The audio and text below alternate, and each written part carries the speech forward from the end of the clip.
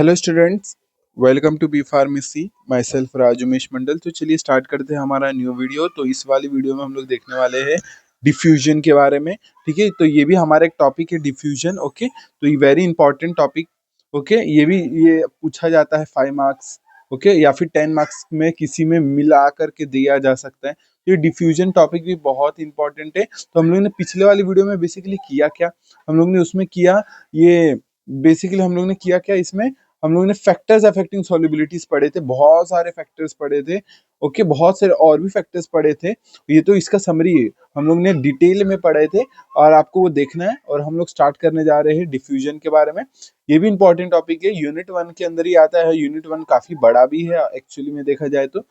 Start करते हैं diffusion. Diffusion होता क्या है? डिफ्यूजन ना, कभी भी याद रखना, ये एक तरीके का ना डिफ्यूजन होता है ट्रांसफर या स्पॉन्टेनियस मूवमेंट, या स्पॉन्टेनियस मूवमेंट होता है किसका, हमारे पार्टिकल का, from its higher concentration to its lower concentration. Basically movement diffusion हो रहा है। अब इसमें भी पढ़ेंगे हम लोग, ये कब तक डिफ्यूजन होता है याद रखना, ये इंपॉर्टेंट टर्म आना चाहिए आपके डेफिनेशन में, तभी मार्क्स पूरे मिलेंगे, ये नहीं तो नहीं मिलेंगे। ठीक है, तो ये कब तक ये मूवमेंट हो पाता है, ये डिफ्यूजन कब तक होता है। ये देखो यहाँ पर, देखो यहाँ पर कंसंट्रेशन इसकी हायर है, यहाँ पर कंसंट्रेशन इसकी लोअर है। ये डिफ्यूजन कब तक होगा, समझा?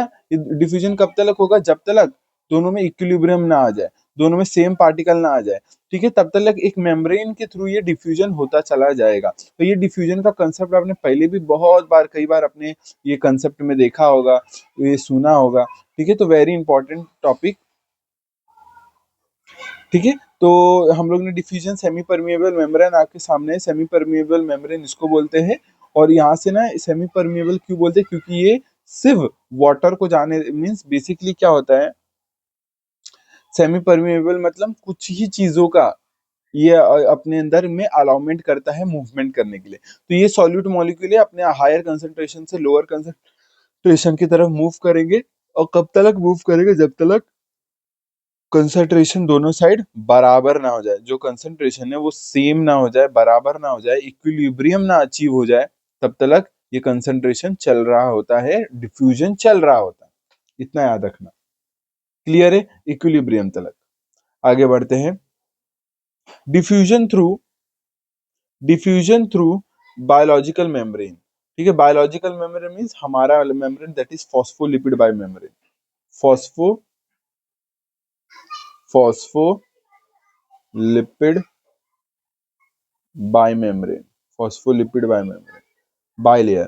ठीक है, तो ये होता है दैट इज बायोलॉजिकल मेम्ब्रेन। तो बायोलॉजिकल मेम्ब्रेन में याद रखना, ये हमारा है प्लाज्मा मेम्ब्रेन या बायोलॉजिकल मेम्ब्रेन। इसमें क्या होता है, बहुत सारे प्रोटीन एम्बेडेड होते हैं, जैसे कैरियर प्रोटीन हो सकते हैं। ये carrier protein different different types के, चैनल प्रोटीन्स हो सकते हैं।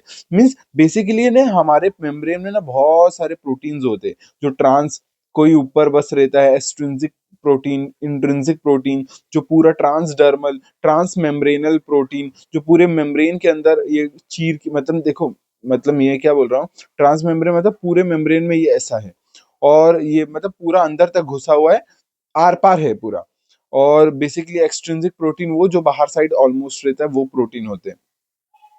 देखो, चैनल प्रोटीन, कैरियर प्रोटीन जो एक जगह से दूसरे मॉलिक्यूल को दूसरे जगह तक लेके जाएगा। फिर एनर्जी का इस्तेमाल करके कोई कैरियर प्रोटीन एक जगह से अपनी लो कंसंट्रेशन से हाई कंसंट्रेशन की तरफ लेके जाएगा, एनर्जी का इस्तेमाल करके। तो डिफ्यूजन सिंपल डिफ्यूजन भी हो सकता है, अगर ये लिपोइडल नेचर का है, लिपोइडल मीन्स लिपोफिलिक नेचर का है, लिपोफिलिक नेचर का है, तो ये सीधा ड्रग ट्रांसपोर्ट हो सकता है हमारे लेयर्स में।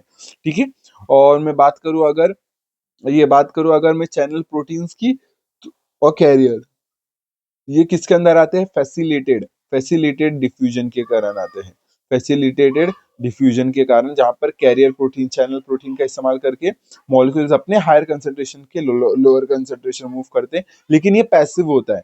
क्यों पैसिव होता है? क्योंकि यहाँ पर कोई एनर्जी का इस्तेमाल नहीं हो रहा है, बस एक कैरियर की नीड हो रही है एक जगह से दूसरी जगह जाने में। क्यों? क्योंकि इसमें डिफ्यूजन जो थोड़ा परमिएबिलिटी है वो थोड़ा लेस होता है पार्टिकल का, इसके कारण वो डिफ्यूज नहीं हो पाता, उसको बेसिकली कैरियर की नीड होती है, तो कैरियर की नीड होके पैसिव डिफ्यूजन हो रहा है, दैट इज अ फैसिलिटेटेड। और बिना कोई कैरियर के पैसिव डिफ्यूजन हो रहा है, दैट इज सिंपल डिफ्यूजन। और एक्टिव ट्रांसपोर्ट आपको पता ही होगा, एनर्जी का इस्तेमाल करके लो कंसंट्रेशन से high concentration against concentration gradient move कर रहे होते हैं। तो ये है अगेंस्ट कंसंट्रेशन ग्रेडियंट, और ये है टुवर्ड्स या अलोंग कंसंट्रेशन ग्रेडियंट। ठीक है, क्लियर है यहाँ तक?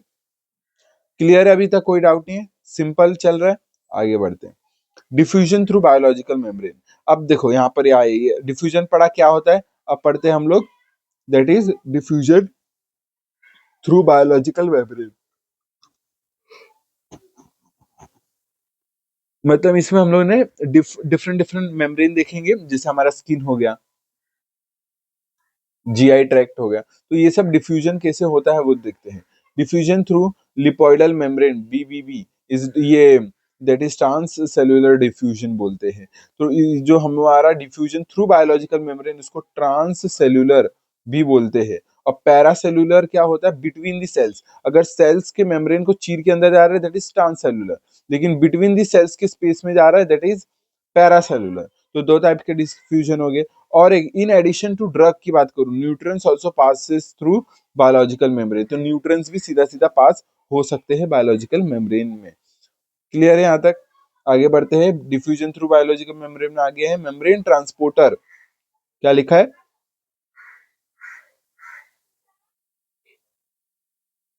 Membrane transporter are specialized protein that facilitate drug transport. Means, ठीक है, तो मैंने क्या बोला, एक फैसिलिटेटेड डिफ्यूजन होता है। फैसिलिटेटेड डिफ्यूजन, उसमें क्या होता है बेसिकली, उसमें क्या होता है, हमारा एक स्पेशल प्रोटीन्स होते हैं या ट्रांसपोर्टर्स होते हैं जो पैसिवली हमारे मॉलिक्यूल्स को अपने हायर कंसंट्रेशन से लोअर कंसंट्रेशन मूव करवाते हैं। और एक एक्टिव ट्रांसपोर्ट भी होता है जहाँ पर एनर्जी का इस्तेमाल करता है, और एक होता है फैसिलिटेटेड डिफ्यूजन।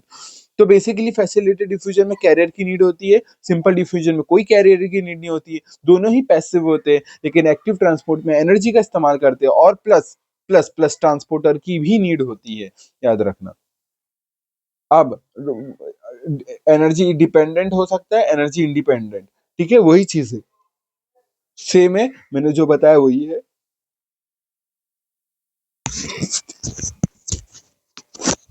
ठीक है, तो पहला हम लोग पढ़ते हैं डिफ्यूजन थ्रू बायोलॉजिकल मेम्ब्रेन। चलो तो कलर ले लेते हैं। Diffusion through biological system. अब देख लेंगे बायोलॉजिकल सिस्टम में, पहला हम लोग लेंगे ये परक्यूटेनियस होता है, गैस्ट्रो इंटेस्टिनल होता है, बहुत सारे होते हैं। तो हम लोग कुछ कुछ का देखते हैं बायोलॉजिकल सिस्टम में कैसे कैसे डिफ्यूजन होता है वो। तो हम लोग ने अभी तक पढ़ा क्या, अगर थोड़ा नहीं समझा होगा तो अभी मैं रिवाइज करवा देता हूँ। हम लोग ने अभी तक क्या पढ़ा, हम लोग ने डिफ्यूजन क्या होता है वो पढ़ा। डिफ्यूजन क्या होता है? बेसिकली डिफ्यूजन एक मूवमेंट होता है पार्टिकल का एक जगह से दूसरी जगह। वो अपने हाई कंसंट्रेशन से लोअर कंसंट्रेशन भी मूव कर सकते हैं, जहाँ पर कोई एनर्जी की नीड नहीं होती है। अगेंस्ट ये अलोंग कंसंट्रेशन ग्रेडियंट होता है। कभी कभी इसमें कैरियर प्रोटीन की भी नीड होती है, जिसको हम बोलते हैं फैसिलिटेटेड डिफ्यूजन। और अगर मैं बात करूँ एक्टिव ट्रांसपोर्ट की, जहाँ पर ट्रांसपोर्टर की नीड होती है, जहाँ पर वो एनर्जी का इस्तेमाल करके एक मॉलिक्यूल को उसके लोअर कंसंट्रेशन से हायर कंसंट्रेशन की तरफ मूव कराता है, अगेंस्ट कंसंट्रेशन ग्रेडियंट मूव करवाता है। ठीक है, एक्टिव के अंदर भी बहुत सारा आपने पढ़ा होगा, प्राइमरी सेकेंडरी एक्टिव ट्रांसपोर्ट। ये अभी आपको ध्यान नहीं रखना है, अभी तो इतना बस लिखोगे चलेगा, इतना सच डिटेल नहीं पूछेगा आपको इस सब में। अगर मैं रफली बताऊं तो प्राइमरी एक्टिव ट्रांसपोर्ट में सीधा एटीपी का इस्तेमाल करते हैं, और मॉलिक्यूल्स अपने लो कंसंट्रेशन से हाई कंसंट्रेशन की तरफ मूव करते हैं। और सेकेंडरी ये एक्टिव ट्रांसपोर्ट में, सेकेंडरी एक्टिव ट्रांसपोर्ट की बात करूं तो यहाँ पर क्या होता है, यहाँ पर मॉलिक्यूल्स तो अपने जो डिजायर्ड मॉलिक्यूल, जहां पर हम लोग को उसके लो कंसंट्रेशन से हाई कंसंट्रेशन तो मूव कराना है, इसमें होता क्या है, दो मॉलिक्यूल्स होते हैं। प्राइमरी वो जो हमारे मॉलिक्यूल्स यहाँ पर लो कंसंट्रेशन है, इसका हाई कंसंट्रेशन है, हम लोग को इसको मूव कराना है इसके लो कंसंट्रेशन से हाई कंसंट्रेशन पर। सेकेंडरी एक्टिव ट्रांसपोर्ट क्यों बोलते हैं? इसमें कोई ATP as a source of energy नहीं यूज करते, हम लोग किसी दूसरे मॉलिक्यूल की ड्राइविंग फोर्स इस्तेमाल करते हैं एज अ एनर्जी। ठीक है, जैसे मान लो और एक मॉलिक्यूल यहाँ पर, और एक मॉलिक्यूल यहाँ पर, ये रहा मॉलिक्यूल। अब मॉलिक्यूल एक जगह से ये अब ये इसका कंसंट्रेशन, ये दूसरा मॉलिक्यूल है जो इसका कंसंट्रेशन हाई है और यहाँ पर लो कंसंट्रेशन है। ये अपना तो हाई कंसंट्रेशन से लो कंसंट्रेशन जाएगा क्योंकि ये तो अपने अलोंग कंसंट्रेशन ग्रेडियंट जाएगा। इससे जो एनर्जी निकलेगी, ये जो मॉलिक्यूल है बेसिकली, ये जो मॉलिक्यूल है, देखो ये जो मॉलिक्यूल है अपने लो कंसंट्रेशन से हाई कंसंट्रेशन की तरफ मूव करेगा। किसके? दूसरे के कंसंट्रेशन ग्रेडियंट की एनर्जी का इस्तेमाल करके अपने लो कंसंट्रेशन से हाई कंसंट्रेशन मूव किया। ठीक है, देखो दोनों का सेम मूवमेंट का डायरेक्शन है तो इसको बोलते हैं हम सिम्पोर्ट। सिम्पोर्ट। और दोनों का अगर अपोजिट मूवमेंट जब होता है तब उसको बोलते हैं एंटीपोर्ट। ठीक है, एंटीपोर्ट। ये याद रखना, ये कंसेप्ट आगे आएगा, इतना ध्यान इसमें नहीं रखना है ये पर्टिकुलर चैप्टर में। ठीक है, बस ये मैंने बता दिया रफली, अगर आपको पता होगा तो ठीक, नहीं पता है तो मैंने बता दिया। ठीक है, तो आपको पता चला क्या होता है कंसेप्ट। और इसका जो कंसंट्रेशन ग्रेडियंट है ये कैसे बना? एटीपी का इस्तेमाल हुआ, तो इनडायरेक्टली एटीपी का इस्तेमाल हो रहा है। और बेसिकली सेकेंडरी एक्टिव ट्रांसपोर्ट में डायरेक्टली एटीपी का इस्तेमाल नहीं करते, डायरेक्टली हाइड्रोलिसिस नहीं करते एटीपी का एज कम्पेयर टू द हमारा प्राइमरी एक्टिव ट्रांसपोर्ट में।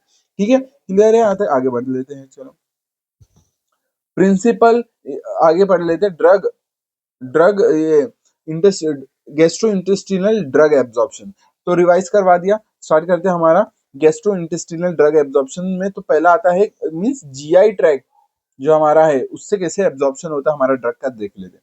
A drug orally taken must first dissolve in the GI fluid followed by it's absorption into the blood stream. मतलब कोई भी ड्रग लिया वो हमारे बॉडी में जाएगा, पहले डिसॉल्व होएगा, डिसॉल्व होने के बाद हमारे ब्लड में चले जाएगा, यही बताया। तो for absorption it needs to pass through the GI membrane at various location. अब जब एब्जॉर्प्शन करवाना है इसका, एब्जॉर्प्शन करवाना है तो बहुत सारे लेयर्स को इसको पार करना पड़ेगा, बहुत सारा हमारा जो बायोलॉजिकल मेम्ब्रेन है उसको पार करना पड़ेगा, तभी वो पर्टिकुलर साइट पे जा पाएगा। ठीक है, तो GI membrane act as a barrier. अब यही तो बैरियर की तरह काम कर रहा है, इसको अब पार करना है तब वो अपने साइट ऑफ एक्शन पे जाना है, तो ये बहुत सारे बैरियर्स को उसको पार करना है। It is compose of double layer phospholipid, हम लोग ने बोला ना phospholipid by layer supported by protein molecules इसमें एम्बेडेड होते हैं। The drug absorption through this membrane occur by the passive diffusion. क्यों? क्योंकि आपको पता होगा जहां से हम लोग ने ड्रग लिया वो उसका हायर कंसंट्रेशन है और जहां ऑर्गन पे जहां पर काम करना है वहां पर उसका लोअर कंसंट्रेशन है, तो अपने हाई कंसंट्रेशन की तरफ अपने लो कंसंट्रेशन की तरफ मूव करता है, हाई टू लो मूव करता है, तो पैसिवली डिफ्यूजन होता है।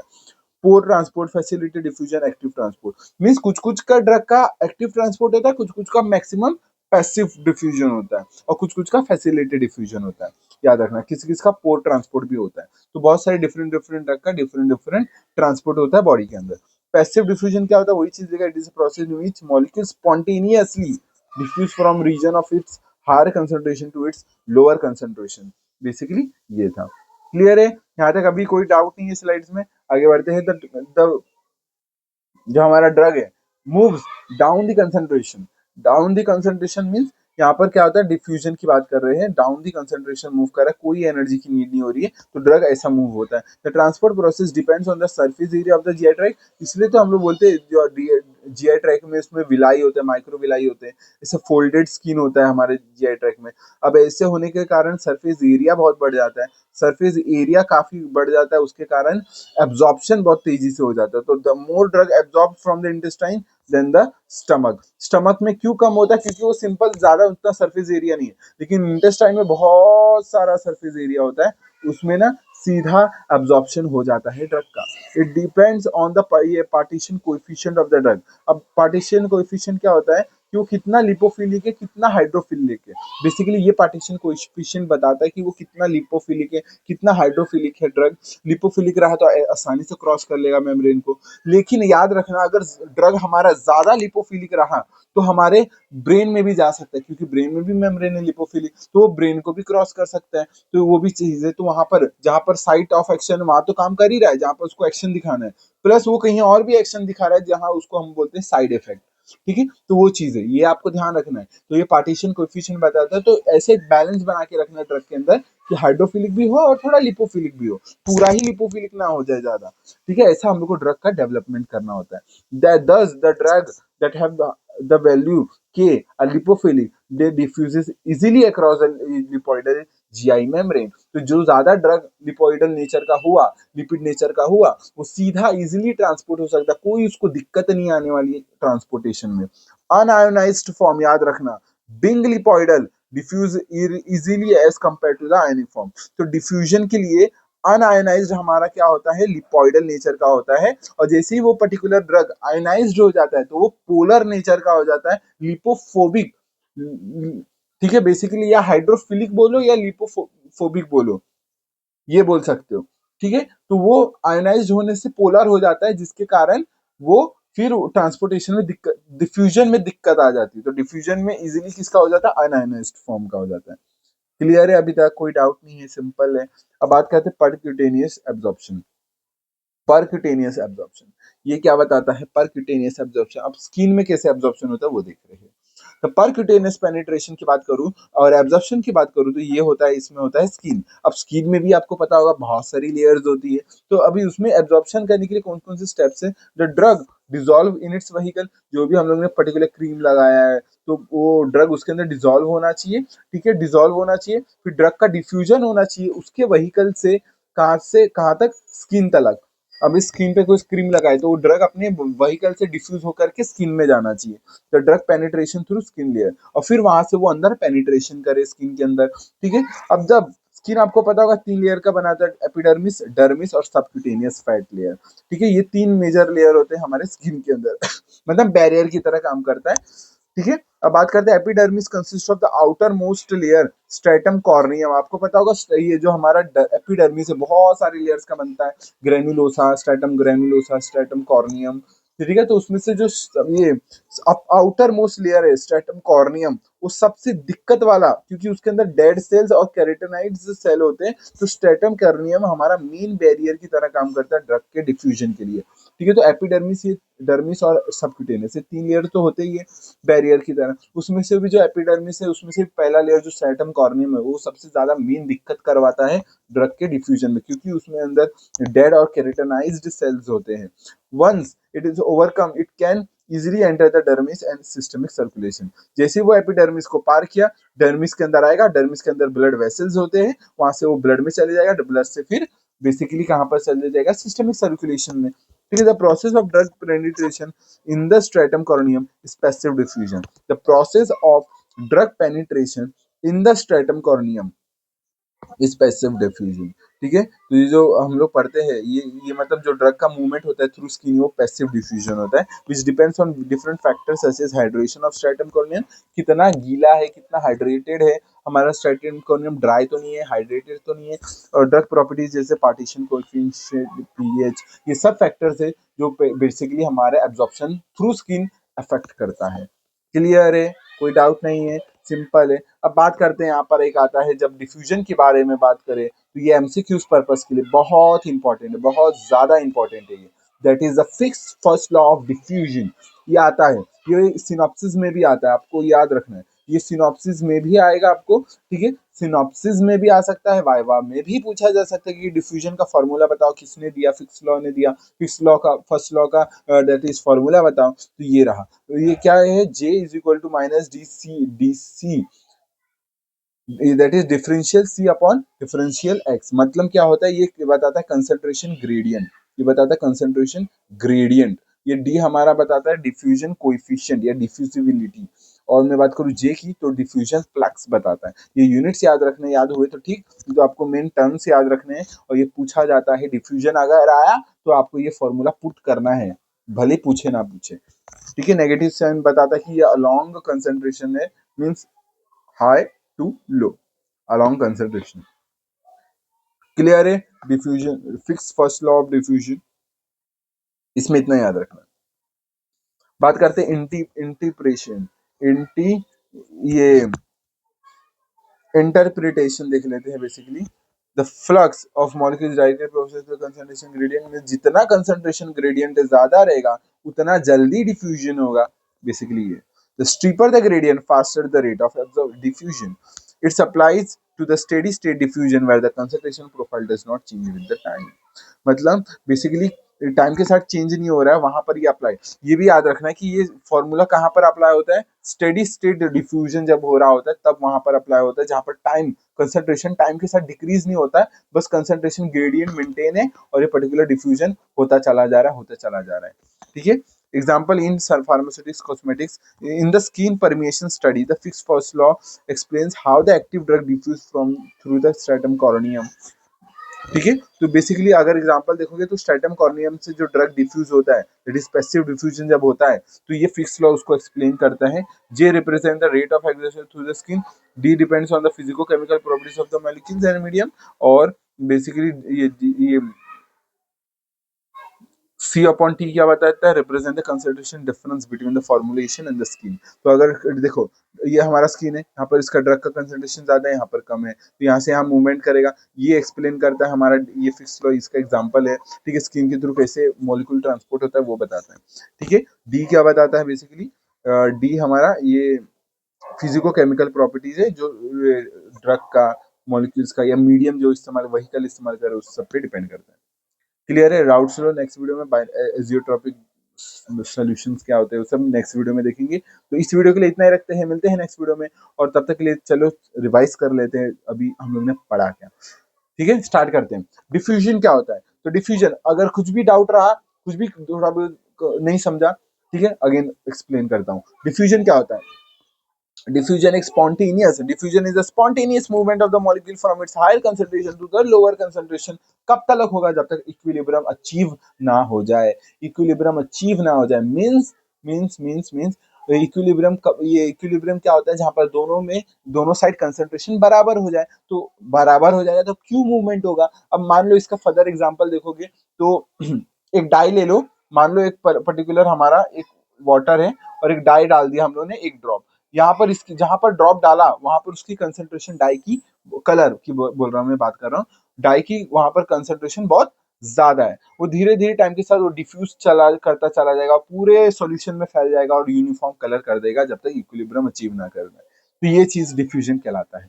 अब बात करते हैं डिफ्यूजन क्या होता है. थ्रू बायोलॉजिकल मेम्ब्रेन हम पढ़ने वाले हैं. तो इसमें क्या होता है, बेसिकली कुछ एनर्जी का इस्तेमाल करके करते हैं एक्टिव ट्रांसपोर्ट. एक्टिव में भी प्राइमरी सेकेंडरी होता है, मैंने आपको बताया वो क्या होता है. ये डायरेक्टली एटीपी का हाइड्रोलिसिस होता है, और ये यहाँ पर ये एटीपी से एनर्जी लेते हैं, और ये एनर्जी लेते हैं दूसरे के मॉलिक्यूल के कंसंट्रेशन ग्रेडियंट के कारण. जो एनर्जी डेवलप होती है, जो ड्राइविंग फोर्स डेवलप होता है, उसके कारण वो अपने लोअर कंसंट्रेशन से हाई कंसंट्रेशन मूव करता है पहला मॉलिक्यूल.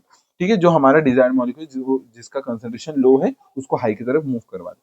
बात करते हैं सिंपल डिफ्यूजन, जहां पर कोई प्रोटीन की नीड नहीं होती है, सीधा डिफ्यूजन होता है, क्योंकि ड्रग जो ये पर्टिकुलर पार्टिकल है वो लिपोइडल नेचर का होता है, लिपिड नेचर का होता है, और हमारा स्किन जो मेम्ब्रेन है वो बेसिकली वो भी लिपिड नेचर का होता है, तो सीधा पास हो सकता है. लेकिन कुछ को कैरियर प्रोटीन चाहिए होता है, पर पैसिवली होता है अपने हाई कंसंट्रेशन से लो कंसंट्रेशन, तो वहां पर भी कोई एनर्जी की नीड नहीं होती. और कुछ अपने लो कंसंट्रेशन से हाई कंसंट्रेशन मूव करने के लिए एनर्जी लेते हैं कैरियर प्रोटीन के थ्रू या ट्रांसपोर्टर के थ्रू.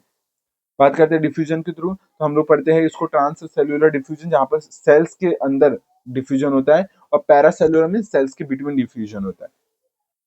न्यूट्रिएंट्स भी सीधा पास कर सकते हैं बायोलॉजिकल मेम्ब्रेन्स को, याद रखना है आपको ये चीज. फिर डिफ्यूजन थ्रू बायोलॉजिकल मेम्ब्रेन की बात करूं तो हम लोग बात करते हैं ये सब, फिर डिपेंडेंट, एनर्जी डिपेंडेंट, फैसिलिटेड, ये सब आपको पता ही है, रीड करके समझ में आ जाएगा. मेन हम लोग जीआई ट्रैक्ट में पढ़ते हैं कि जीआई ट्रैक्ट में क्या होता है, स्टमक के कंपैरिजन में इंटेस्टाइन में ज्यादा एब्जॉर्प्शन होता है. क्यों, क्योंकि उसका सरफेस एरिया ज्यादा होता है, और याद रखना बहुत सारे बैरियर्स पार करना पड़ता है ड्रग को जब एब्जॉर्प्शन होता है, क्योंकि हमारा मेम्ब्रेन हर जगह प्रेजेंट है, तो मेम्ब्रेन को पार करके ब्लड स्ट्रीम में जाता है. ठीक है, और पैसिवली डिफ्यूजन होता है बेसिकली, क्योंकि जहां पर ड्रग है वहां पर उसका हाई कंसंट्रेशन, और जहां जहां काम करना है उसको, जहां साइट ऑफ एक्शन है वहां पर उसका कंसंट्रेशन कम है, तो डिफ्यूजन पैसिवली होगा. ठीक है, बात करते हैं हम लोग बायोलॉजिकल, और बात करूं तो वो ड्रग का के value means that is partition coefficient, log P भी बोलते हैं, याद रखना लॉग पी. तो पार्टीशन कोएफिशिएंट पे भी डिपेंड करता है ये, that is partition coefficient drug का डिपेंड करता है. अगर वो लिपोफिलिक ज्यादा तो इजीली क्रॉस कर पाएगा मेम्ब्रेन को, तो ये डिपेंड करता है. ज्यादा लिपोफिलिक भी नहीं होना चाहिए, बैलेंस्ड होना चाहिए हमारा जो ड्रग हम डेवलप कर रहे हैं. ठीक है, ये भी है. क्लियर है, अनआयनाइज्ड फॉर्म का लिपोइडल नेचर का होता है तो इजीली डिफ्यूजन होता है.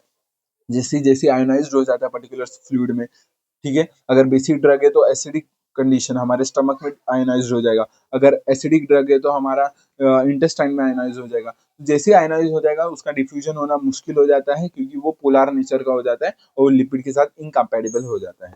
इनकम्पेटेबल हो जाता है, ठीक है। बात करते हैं परक्यूटेनियस ड्रग एब्जॉर्प्शन में, स्किन के थ्रू अब बात करेंगे तो इसमें एक फॉर्मूला आता है जब हम लोग स्किन के बारे में बात करें, that is Fick's law of diffusion, जहाँ पर वो J is equal to minus D ये सी अपॉन एक्स आता है। ये सी अपॉन एक्स हमको बताता है कंसंट्रेशन ग्रेडियंट, और हमारा डी जो बताता है वो कांस्टेंट डिफ्यूजन कोएफिशिएंट बताता है, और जे हमारा डिफ्यूजन फ्लक्स, ठीक है। और बात करूं मैं ये diffusion in the biological system, that is a percutaneous drug absorption. Percutaneous drug absorption जब स्किन के थ्रू हम बात करें तो स्किन में भी बहुत सारे लेयर्स होते हैं जहाँ पर ड्रग को अपने व्हीकल से डिफ्यूज होकर के स्किन में पेनिट्रेट करना पड़ता है, और ये 3 स्टेप्स में होता है, ड्रग का डिसोल्यूशन, फिर ड्रग का diffusion from its vehicle from to the skin, and then the penetration from ये ड्रग का penetration, the third step. 3 step में होता है जब हम लोग बात करें परक्यूटेनियस पेनिट्रेशन की। अब मैं बात करूँ, ये 3 लेयर्स होते हैं, एपिडर्मिस, डर्मिस, सबक्यूटेनियस, ये तीनों लेयर पार करना पड़ता है, लेकिन मेन मुश्किल जो ड्रग का पार करना होता है वो है एपिडर्मिस का पहला लेयर स्ट्रैटम कॉर्नियम, क्योंकि उसमें जो सेल्स होते हैं वो डेड और कैरेटिनाइड्स सेल्स होते हैं, तो इसके कारण कैरेटीन प्रोटीन का डिपोजिशन हो जाता है सेल के अंदर, इसके कारण वो डेड हो जाते हैं। अब जब डेड सेल्स होते हैं उनमें डिफ्यूजन करना मुश्किल हो जाता है, ठीक है, डिफ्यूजन नहीं हो पाएगा, तो वो जैसे ही पार कर जाएगा, लेकिन एपिडर्मिस को, डर्मिस में इजिली वेसल्स हमारे रहते हैं, वेस्कुलर होता है हमारा डर्मिस, उसमें वेसल्स होते हैं, और वहां से ड्रग सीधा ब्लड में जाएगा और हमारे सिस्टमिक सर्कुलेशन में चले जाएगा। ये था, और बहुत सारे ये डिफ्यूजन के लिए बहुत सारे पैरामीटर्स काम करते हैं, जैसे ड्रग का के वैल्यू, या स्ट्रैटम कॉर्नियम का डिफ्यूजिव हाइड्रेशन बात करता है, ठीक है, पार्टीशन कोएफिशिएंट, पीएच, ये सब। फिक्स लॉ ऑफ डिफ्यूजन मैंने आपको बता दिया। बात करते हैं राउट्स लॉ की नेक्स्ट वीडियो में, ठीक है। तो मिलते हैं नेक्स्ट वीडियो में, तब तक के लिए टेक केयर, जय हिंद, भारत, बाय। वीडियो समझे कि नहीं बताना कमेंट्स में, और कुछ इंप्रूवमेंट, कुछ चीज पे वीडियो लाना है, ठीक है, कुछ भी आप शेयर कर सकते हो, बिंदास शेयर कर सकते हो, कुछ चाहिए आपको बता सकते हो, पीडीएफ चाहिए किसी चीज का मुझे बता सकते हो, मैं आपको जितना पॉसिबल हो सकता है उतना प्रोवाइड करूंगा, ठीक है। तो व्हाट्सएप टेलीग्राम ग्रुप का लिंक है, आप देख सकते हो, वहां पर हम आपको सब पीडीएफ, आपके डाउट्स जो भी आपको चाहिए रहेगा वो सब आपको प्रोवाइड किया जाएगा जितना पॉसिबल हो सके। ओके, तो बल मिलते हैं नेक्स्ट वीडियो में, तब तक के लिए टेक केयर, जय हिंद, भारत, बाय। और अपना ख्याल रखना और ध्यान रखना, और पढ़ते चलना, रिविजन करते चलना, और मैं इसका पीडीएफ ये आपको कब चाहिए मुझे बताना, या फिर बाद में तो दूंगा ही, जैसे ही चैप्टर हो जाएगा बाद में तो दूंगा ही, तब रिवाइज करना, नोट्स बनाते चलना, नहीं बना रहे हो तो जो पीडीएफ दिया उसको रिवाइज करते रहो, लिख लिख के चीजें याद रखते हो, तो बस आपको समझते चले जाएगा, ठीक है। तो बस मिलते हैं नेक्स्ट वीडियो में, तब तक के लिए टेक केयर, जय हिंद, भारत, बाय।